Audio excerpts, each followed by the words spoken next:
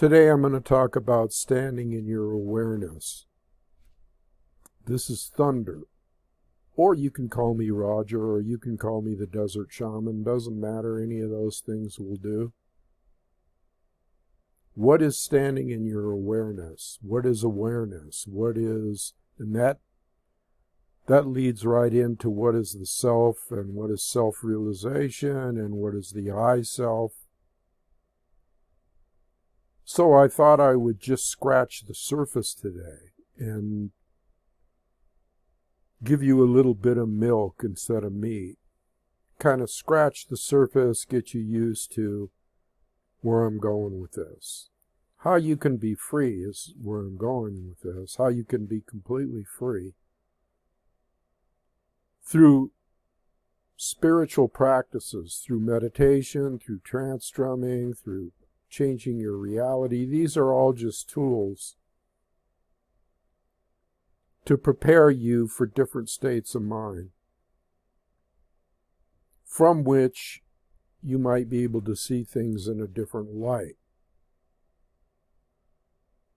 So when we're talking about standing in your awareness, what is awareness? Well, let me start off again with the I self and the self.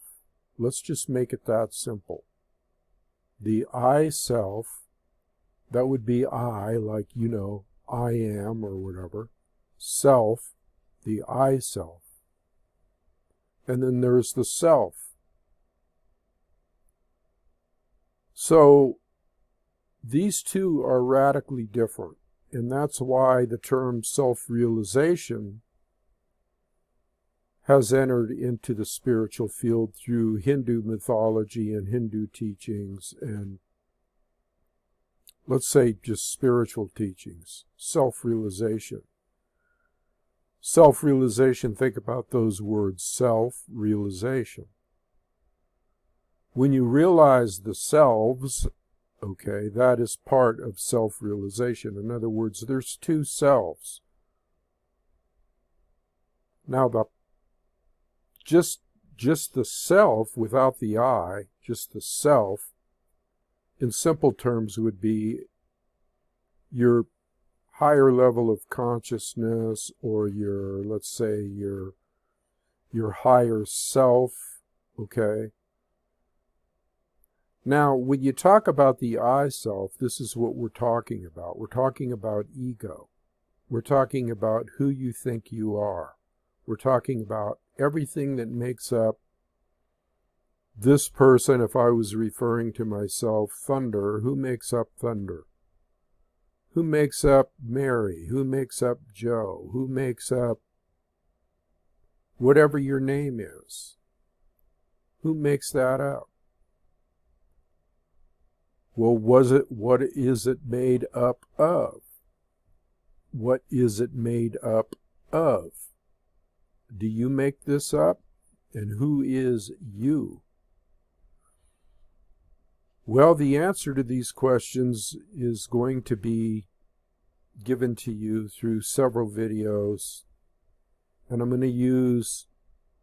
I will probably use the spiritual path of Shiva, who is the supreme, and Shakti, which is creation. Shiva would be identified as the male deity, and Shakti would be identified as his consort or his female energy, which brought everything into existence through creation. And so that's what we're going to talk about. We're going to talk about what part we have in this creative process, our individual identity, and how that all works. Bear with me here, because this is important.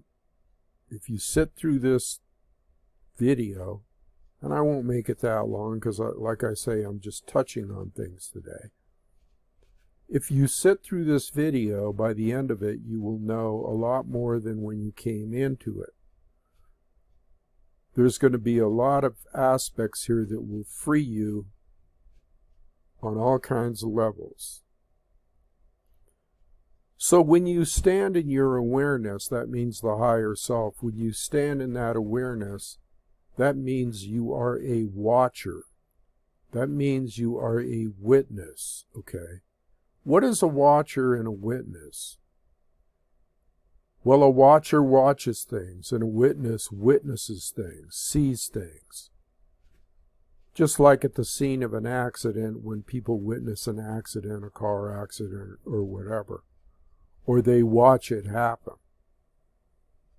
So what do you think would happen to you if you could go to this consciousness that is a watcher of the I self? Now, the I self, again, is who you think you are. It could be considered a lower self, but in the long run, it's all the same. We'll get to that later. So the I self might consist of the way you were brought up, and it does consist of the way you were brought up. It consists of everything that you are since you were a baby. Now, when you're a baby, you have no concept of what, let's say, a flower is. You just see colors. You just see patterns. You have no concept of what a tree is because you just see patterns, and you see granular or grains or different textures. You don't identify that which you see with any kind of name, okay? Yes, it's an object, but at that point, you haven't made it an object because you haven't given it a name. And so now we're going to get a little bit into word association. So keep that thought in your mind. Everything that you see and everything that you are from that point of time, everything that you see and everything that you are is a form of plagiarism. What's plagiarism? Plagiarism is when you steal something from somebody else and make it your own. Just like if somebody was to write a book and you read that book, you plagiarize it or you made it your own. It's a stealing of sorts, although we won't look at it as a stealing of like a physical object. We'll look at it as a stealing of an idea or a thought or a name, let's say. So when we are children and our parents start talking to us about, let's say, a flower or a car, or let's say we're a little baby and we hear a noise outside and it's the car, and our mother goes, "Car, that's a car." Well, then immediately we associate the look of that car or the sound of that car with the word car, and it becomes an object to us. It starts to take on some kind of meaning. Now, and that actually is a form of plagiarism because we steal that name. And I'm not talking about stealing in a deceitful way, or it's a terminology that fits here, that's all. It's a terminology that fits. We steal that name of the car, or we steal that name of the flower, or we steal that name of the concept of, say, let's say, good and bad, dark and light, right and wrong. These are concepts that are passed on through a kind of theft. We take that because it's available to us, and so we take it and we use it. Now this goes right down the line to everything we experience in life is related to what we have adopted as our belief system. And all these things eventually form into belief systems.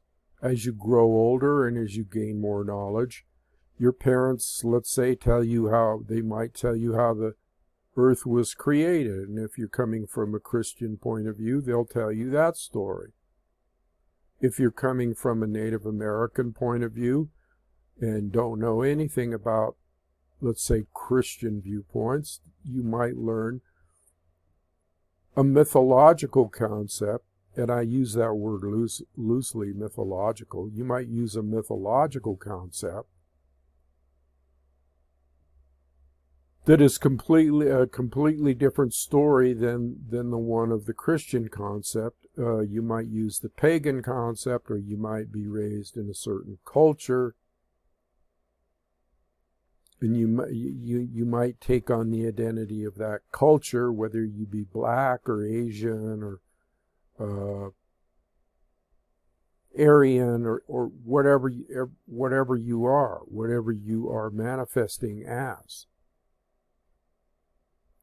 So when you take on these ideas and when you take on these names, you get into what we call word association. You see a drum, and immediately the word drum comes to your mind. You see a wall, you see a picture on the wall, like back there. And I'm using objects behind me now, as you probably surmised. When you see the picture, when you see the drum, when you see the chair, when you see me, that's a person, that's a picture, that's a chair, that's a wall. These are things that have been in your consciousness for a long time, and they make up who you are. How you interpret the picture, how do you interpret the wall, how do you perceive? Now we're going to get into perception. This is purely shamanistic spiritual stuff that teaches you how your mind works, how the cosmos works, how everything works. If you know how everything works, it's kind of like an owner's manual for your car. Or let's say it's an instruction manual for doing art. Or let's say it's an instruction manual for playing music. When you learn the manual of life, then that's when you become self-realized. And the only way that you can learn the manual of life is through standing in your awareness, standing in the higher self, standing in the witness self, the watcher. So you might kind of wonder, well, how does it feel to be a watcher, let's say? How does it feel to be a watcher? Well, first, what you have to do is you have to really grasp the concept of what it means to be a watcher. It means total detachment from everything that's going on around you, the physical and the mental. Okay, because the mind that is associated with the body mind is not the higher awareness. The mind that is associated with the body mind has almost like a robotic control over anything that is in your reality or your physical well-being or your sensations, things of that nature. How do we define our experience? Well, I'll tell you, it has to do with the five senses. The five senses: seeing, smelling, tasting and hearing, and touch. These are the senses that we use to interpret the phenomena around us, the field around us, the energy around us. Now, when you come from a point of high awareness, everything loses its meaning, in a sense. Everything loses its meaning. Now, I'll stop right there and I'll say, if you wanted to put this into, let's say, a metaphor or metaphorical language, a good way to do it, in the way that I view, okay, my worldview or my perception, is through the spiritual path, let's say, presented by ancient literature as, let's say, Hindu philosophy or Hindu thought. And when you get into Hindu thought, then you see that there's representations of all the things that I'm talking about here on a metaphorical level. So now we're getting into, let's say, the god Shiva, or the creator or the divine emanation of the universe. Let's say that you look at Shiva as awareness. What comes next? Well, what comes next is Shakti. And what comes after that? Well, what comes after that are the 10 goddesses. And the first 3 are Kali, Tara, and Tripura, Sundari.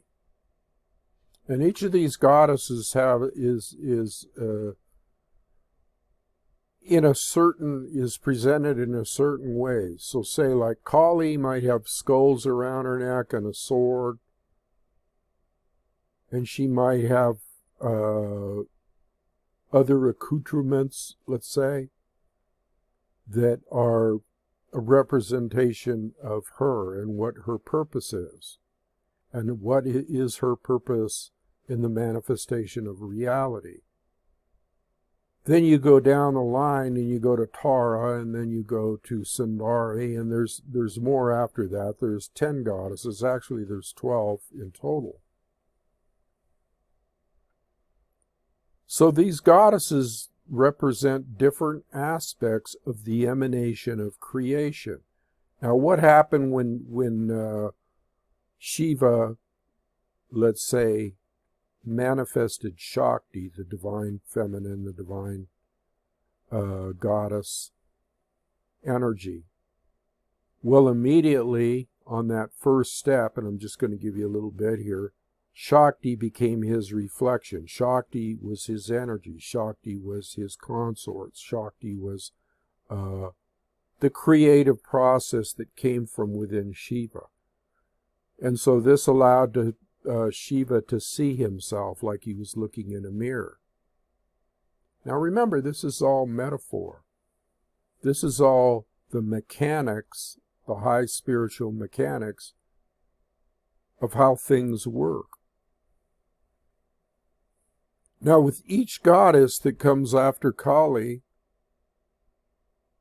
and there's many names for them, and each one has an attribute, and each one has a dark side or a light side. Each one has the yin, and each one has the yang. The shadow is there. The shadow side is for a purpose, and then the light side is to reveal how you overcome the shadow, okay, the illusion that is presented by that particular goddess. And let's remember here, that particular goddess is a vibration and emanation, okay? It's part of the creative process, okay? It's a birthing process. So you'll find that in all the goddesses and gods associated in this narrative have a dark side and a light side, and that's the duality. Now, when you're in the higher awareness and when you're being self-realized, you start realizing that all of these have a purpose. All of them have a purpose, and they are all parts or subparts of the manual of life, basically. So once you learn the metaphor for the goddesses, and once you learn what everything that they're holding in their hand, like a sword, and a garland of skulls like Kali has, then you realize that that all has a different kind of meaning. It's all part of a manual for life. So let's take, for example, Kali has a sword in one hand. And we'll just take two aspects, and she has the garland of skulls around her neck. If you were just to look at that, you would think, oh, how horrible, or oh, that's almost frightening, or, and the fact that she's also holding a severed head and standing on the corpse of Shiva even adds more, maybe fear, or you can't figure it out, or whatever. But things are not as they appear, and when you dig deeper, you find out that it's actually part of the creative process, and it's actually part of this process, can be, that is discovering the selves, okay? And basically, when you discover the I self, the lower self, the ego, all the drama and history and patterns that made up your life that may not be too conducive to your well-being, what is that sword? The sword is cutting off the head of the I self. The sword is cutting off the I self, the ego. Okay, and the skulls also represent the death of the I self. Now, when you look at it in those terms, it doesn't become so scary, does it? It becomes a metaphor. It becomes a story. It becomes an anchor. It becomes a picture. And when you associate that picture, you realize that Kali is there for good and for purposes of enlightening you and teaching you how things work in the universe. That's just a small, tiny aspect of what's going on here, because remember, you got 10 more goddesses, or 9 more goddesses, and actually there's 12, but we'll get into that later. And each one of these goddess or goddesses is going to have accoutrements or a costume or the way they're dressed that represents something, like I just said, something that you don't know what it represents right now, but the more you dig into it and the more you go into the process, then these are stepping stones to help you cultivate the higher awareness. They're stepping stones.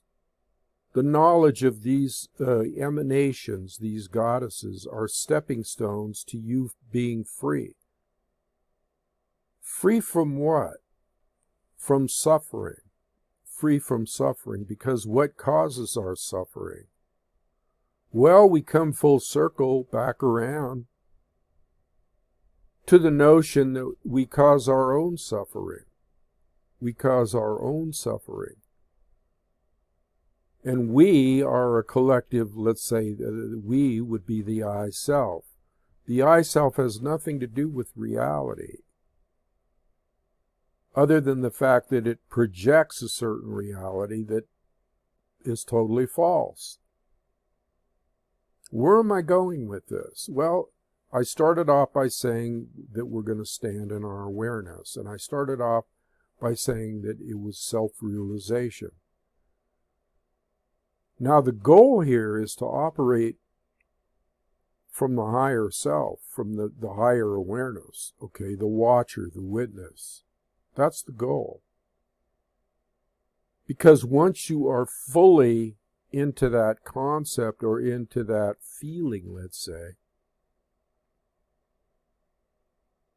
just being able to visualize it. So I'm going to do a little visualization here, and you might have your own way of doing this, but what do you think of when you think of a pristine consciousness, one that has no fear, one that has no judgment, one that doesn't label things, one that is just totally free? What do you think of that? Well, you might think of like a very high light coming from, like, let's say right here on out. And then your lower self, this is just an example of any kind of way that you might want to imagine this. You might have your own way. If it's getting a little darker, that's because there's clouds outside forming here. And it's all right, because as I talk and I change colors, then you see the illusion of life. It's all meant to be on some level. So that's just kind of an initial representation of where I'm going with this. Standing in higher awareness, operating from that realm. Now, see, you don't want to make the mistake that, there we go again. You don't want to make the mistake that because you're in your higher awareness, you have some kind of control, or that you're involved in the same ego playing and manipulation as your lower self or the I self. That's why you have to graduate slowly. And you have to take into account all kinds of concepts that you might have about yourself and about reality and about how things, appear to you and your perception, that type of thing. There's a whole wide range of stuff here. I know it sounds daunting, but it isn't that daunting, because that's part of the illusion as well. Once you start in on the process, then you start feeling the energy flowing in different areas of your body. And once you identify thoughts and labels with the feelings that you're having in your body, you're on the way. Okay? You're on the way. Now, what do I mean by identifying feelings that are associated with thoughts and labels? Well, I'll just give you a small example. So if you close your eyes right now and take a deep breath, take a real deep breath and just relax. Take another deep breath and relax. Try to clear your mind, and then all of a sudden think of the word love.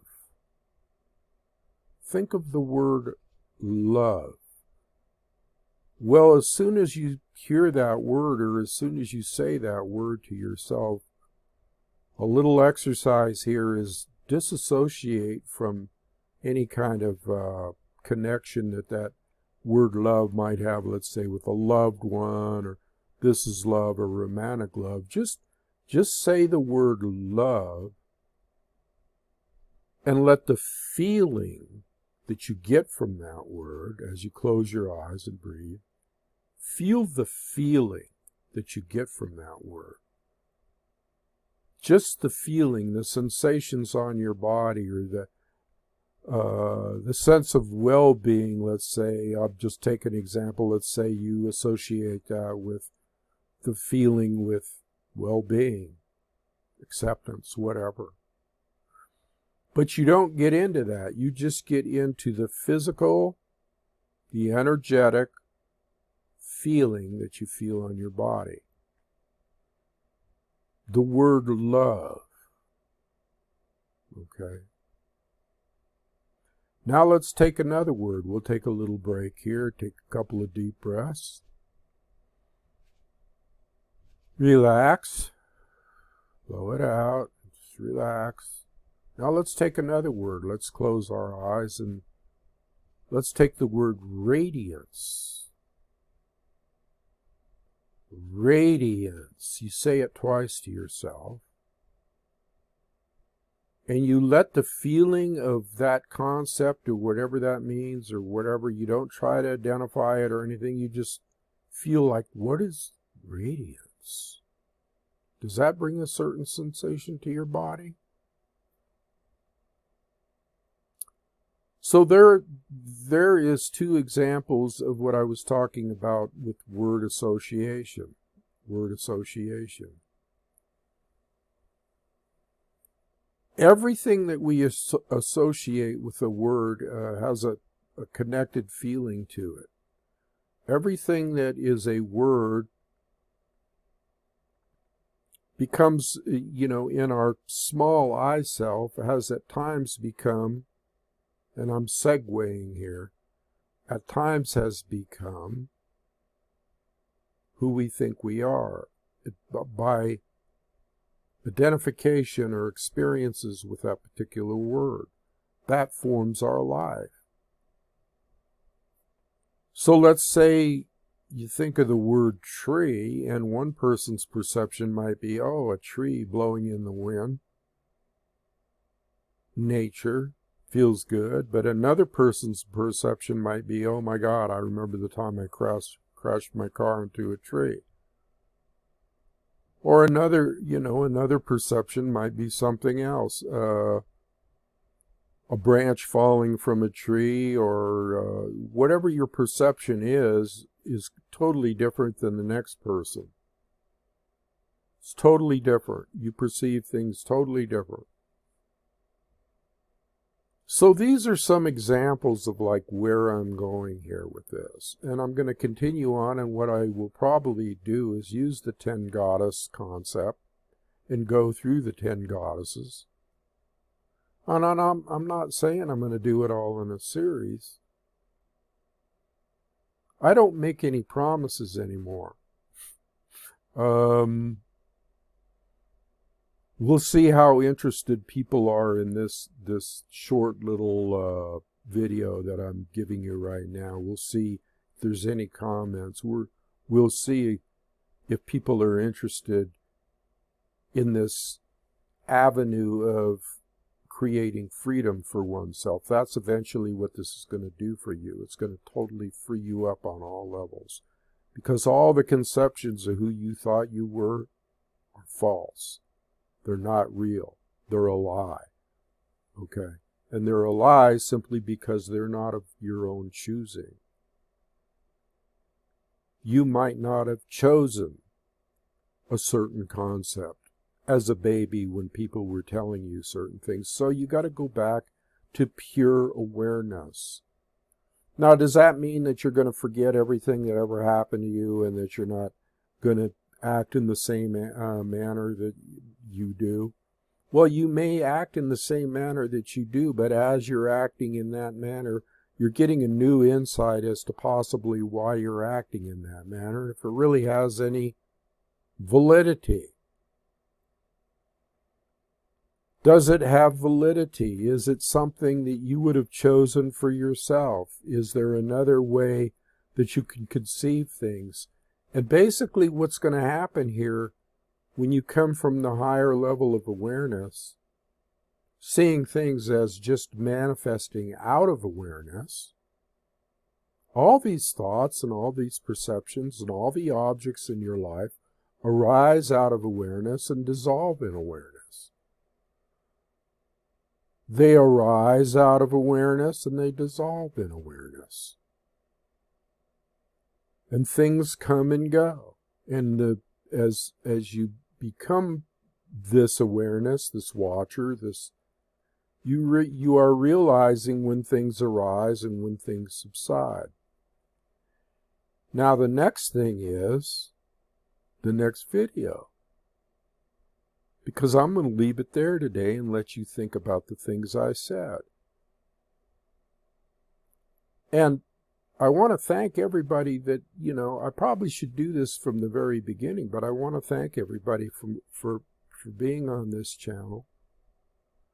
And I want to thank you for those who hang in there and listen to the concept and listen to whatever wisdom proceeds out of my mouth that you can use. Well, then I thank you for that, and I appreciate your support in any way that I can get it, whether it's sharing this video with a friend or liking it or donating on my website, Spirit of Crazy Horse, in the comment section below. You go there and you can donate. There's a place to donate, and you'll get one of my books for free, PDF. If you donate, let's say $10, and I would consider it appropriate to give you a gift. But then again, that's all, whether you're going to do that or not is all determined by your I self, and whether you see the value in this channel. All right, I'm going to leave it there. Thoughts, thoughts, thoughts, huh? Think about those things. Review the video.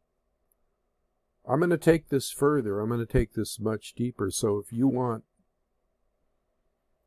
to accomplish a sense of freedom and a sense of relaxation and a sense of well-being, then maybe you'll tune in later. Adios.